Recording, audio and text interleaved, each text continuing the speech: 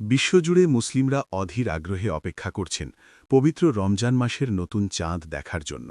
আগামী মঙ্গলবার সন্ধ্যায় এই চাঁদ দেখার প্রস্তুতির মধ্যেই একই দিনে ঘটতে যাচ্ছে এক বিরল মহাজাগতিক ঘটনা, একটি বলয় আকার সূর্যগ্রহণ।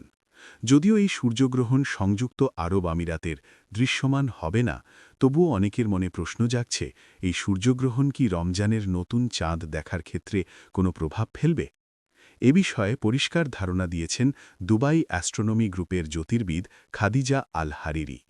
তিনি জানান, সূর্যগ্রহণের সঙ্গে রমজানের চাঁদ দেখার কোনো বিরোধ নেই, কারণ এই বলয়াকার সূর্যগ্রহণের সময় চাঁদ সূর্যের সামনে দিয়ে অতিক্রম করলেও সূর্যকে সম্পূর্ণভাবে ঢেকে দেবে না। ফলে সূর্যের চারপাশে একটি উজ্জ্বল বলয় দেখা যাবে, যা রিং অফ ফায়ার নামে পরিচিত। এ তথ্য জানিয়েছে গালফ নিউজ।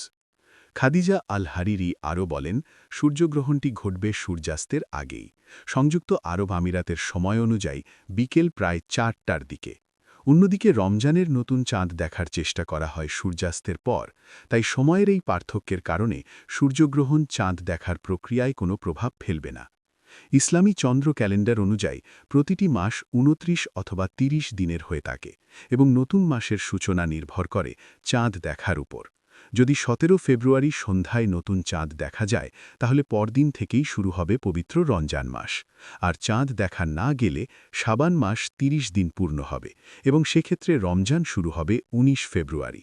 সব মিলিয়ে বলা যায়, রমজানের চাঁদ দেখার দিনে এই বিরল সূর্যগ্রহণ একটি আকর্ষণীয় জ্যোতির্বিজ্ঞানী ঘটনা হলেও রোজা শুরুর ক্ষেত্রে এর কোনো নেতিবাচক প্রভাব নেই।